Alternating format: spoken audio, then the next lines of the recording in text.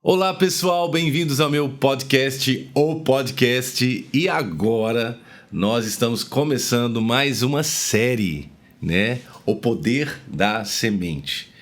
E esse é um tema muito relevante, muito importante. E é um tema que eu me identifico muito. Faz parte da minha natureza, da minha essência, do meu caráter.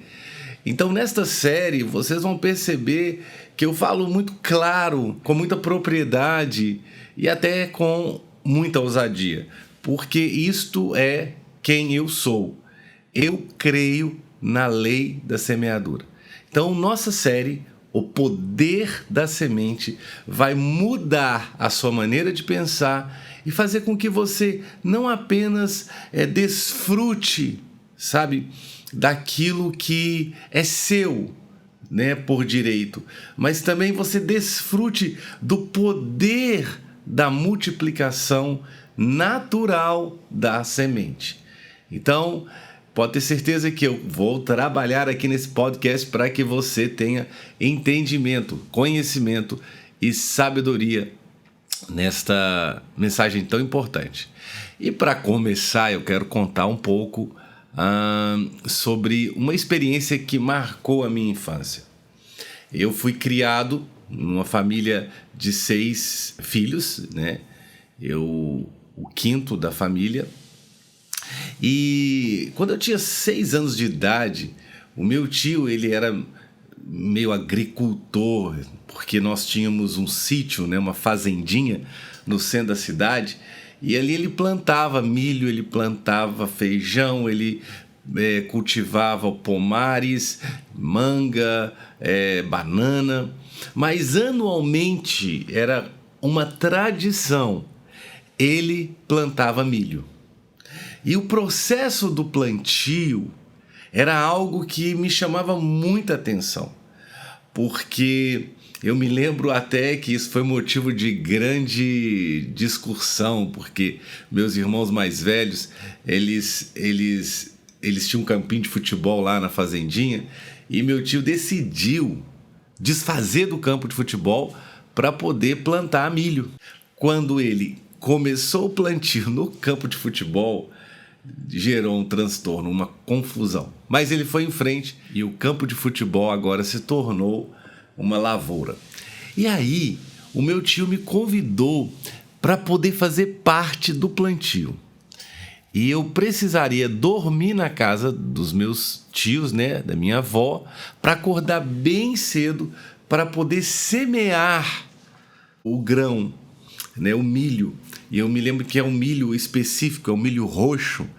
E aí eu acordei bem cedinho, 6 da manhã, e meu tio me deu um saco de milho e disse: Júnior, você vai semear naquela parte e eu vou semear nessa parte. Todas as covas aonde se coloca a semente já estavam abertas. E o meu trabalho era semear naquelas covas. O meu tio disse: você coloca 3 sementes de milho em cada cova. E eu olhei e pensei: se eu colocar 3, vai nascer pouco. Então eu vou colocar 5. E é isso que eu fiz. E de repente, o meu saquinho de milho tinha acabado. Eu fui até o meu tio e disse: meu milho acabou. Ele disse: como assim? Eu disse: meu espaço parece que é maior. Mas eu tive o entendimento que se eu semeasse muito, eu iria colher mais. Eu ia colher, sabe, abundantemente. Mas, então, quando o milho começou a crescer, a lavoura começou a crescer, era nítido que do lado de cá tinha mais pés de milho do que o outro lado. E isso me chamou a atenção e foi uma marca na minha vida. Eu acho que isso me modelou, me levou ao entendimento que eu tenho hoje da generosidade quanto a semear. Então nós vamos falar um pouco sobre esse poder que a semente tem e o resultado dessa colheita, desse plantio nas nossas vidas. Eu me lembro que após a lavoura crescer, era a hora de colher. E era uma alegria muito grande, porque daquela colheita iria se fazer vários produtos, né? Ia alimentar as galinhas, ia fazer pamonha, ia fazer o curau ou mingau, né, de milho. Então, de uma semente, ao passar pelo processo do plantio, da colheita, olha o que isso havia se tornado. E uma outra coisa que marcava a minha infância é porque a minha avó, ela tinha o hábito de fazer pamonha, fazer, sabe, o mingau e tudo mais, e enviar para as amigas, para os vizinhos, né? Como minha avó era muito conhecida na cidade, então ela pegava uma vasilha, né? Colocava ali pamonha e pedia um dos seus netos para levar na casa de um, de outro. E aí tinha uma coisa tão interessante, porque quando essas pessoas traziam de volta as panelas, as vasilhas, os pratos, eles não traziam vazio. Eles traziam cheio. Então, se minha avó desse pamonha, alguém, ao entregar as vasilhas, entregava com um pedaço de bolo, entregava com, sabe, biscoito, e por aí vai. E nós desfrutávamos de tantas outras coisas. E o que eu imaginava, o que eu pensava era: tudo começou através de uma semente. Então, olha como o poder da semente em si tem o poder de multiplicação. É natural, já está determinado a semente multiplicar. E aí nós vamos para as Escrituras. Eu espero que a minha história tenha influenciado você, tenha inspirado você. Agora nós vamos a Gênesis. Gênesis capítulo 1, verso 29. Disse Deus: eis que dou a vocês todas as plantas que nascem em toda a terra e produzem sementes, e todas as árvores que dão frutos com sementes. Elas servirão de alimento para vocês. Então, Deus, na criação, ele estabelece a semente como forma de multiplicação. Existe um princípio na semente, um poder na semente de multiplicar. Então, tudo que você semear, você irá colher, irá ceifar, porque esta é a lei natural da semeadura. E isso funciona para qualquer ser humano, em qualquer situação, tanto no ponto positivo quanto no ponto negativo. E nós vamos caminhar aqui nas Escrituras para reafirmar o que Deus estabeleceu ali em Gênesis. Quando o apóstolo Paulo, em Gálatas 6, 7, diz: não se deixem enganar, de Deus não se zomba, pois o que o homem semear, isso também ceifará. Então você precisa ter esse entendimento, que de Deus não se zomba.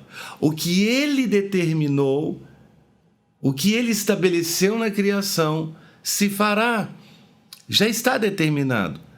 E isso é interessante porque muitas vezes nós estamos investindo em pessoas, nós estamos perseverando no investimento, sabe? Nós ofertamos e vem pensamentos, ou o próprio inimigo lança algo na nossa mente dizendo: isso não vai dar em nada.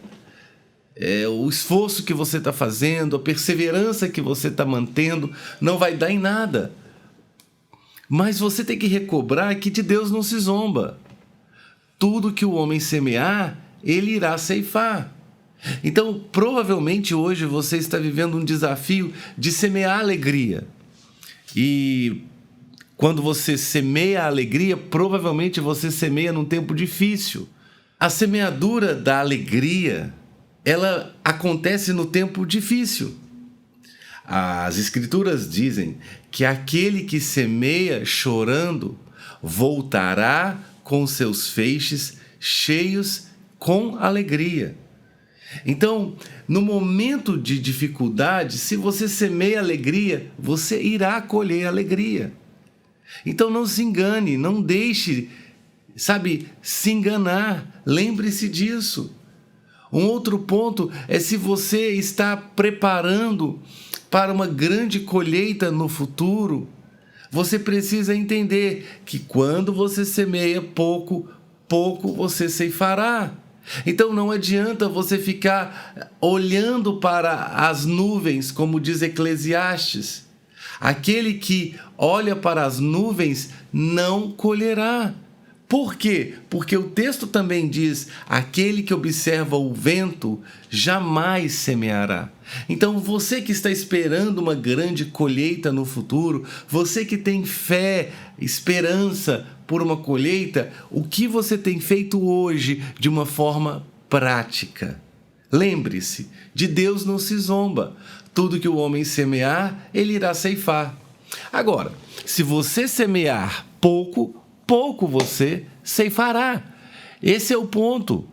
E aí muitos desanimam porque, eu semeei, eu ofertei, mas você não perseverou. Nós precisamos ser sérios quanto a isso. Eclesiastes 9:10 diz o seguinte: o que as suas mãos tiverem que fazer, que o façam com toda a sua força, pois na sepultura, para onde você vai, não há atividade e nem planejamento, não há conhecimento e nem sabedoria. Então aquilo que você precisa fazer, você tem que fazer hoje. E você tem que fazer com toda a sua força, você tem que fazer com todo o seu entendimento. Então, o que você tem para fazer agora? Faça. Não permita que uma desculpa, um cansaço, uma adversidade, o medo, roube a oportunidade de você fazer aquilo que precisa ser feito. E muitas vezes as pessoas não conseguem passar daí porque elas deixam as mãos, vazias. Elas perdem o time. E uma vez isso acontecendo, você compromete a sua colheita. Então aquilo que vier nas suas mãos, faça. Lança a sua semente. É necessário uma proatividade concernente à semeadura. Vamos observar algo. A semente em si, ela tem um poder de multiplicação. Então, a ação que você tem que fazer é unicamente lançar a semente. Porque se você guarda a semente não morre. E ela precisa passar por esse processo para germinar e cumprir o propósito dela, que é multiplicar. Entende que se você guarda a semente, você está abortando a oportunidade? Outra coisa, você não pode comer a semente.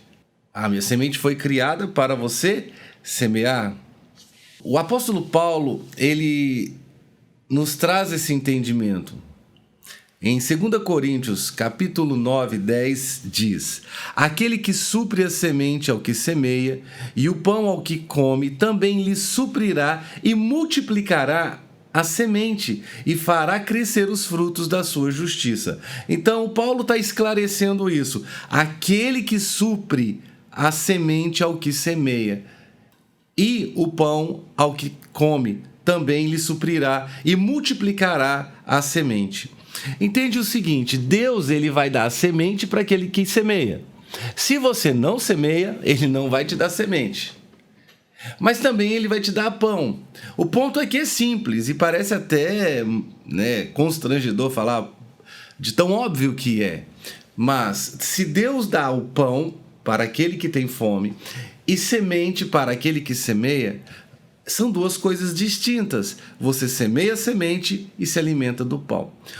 O ponto é que a maioria das pessoas, elas comem o pão e também a semente. Ou elas, por falta de proatividade, ou sendo passivas, elas não lançam a semente. E aí o efeito é o seguinte: elas nunca conseguem passar dali, nunca conseguem romper. E existe um poder na semente. E esse poder na semente, ele pode te levar a experimentar coisas fora da realidade e da normalidade. Então Deus está dando sementes para aqueles que semeiam. E Ele está dando pão para aqueles que têm fome. E este foi o episódio número 1 da série O Poder da Semente. Fique esperto, fique ligado para o episódio número 2.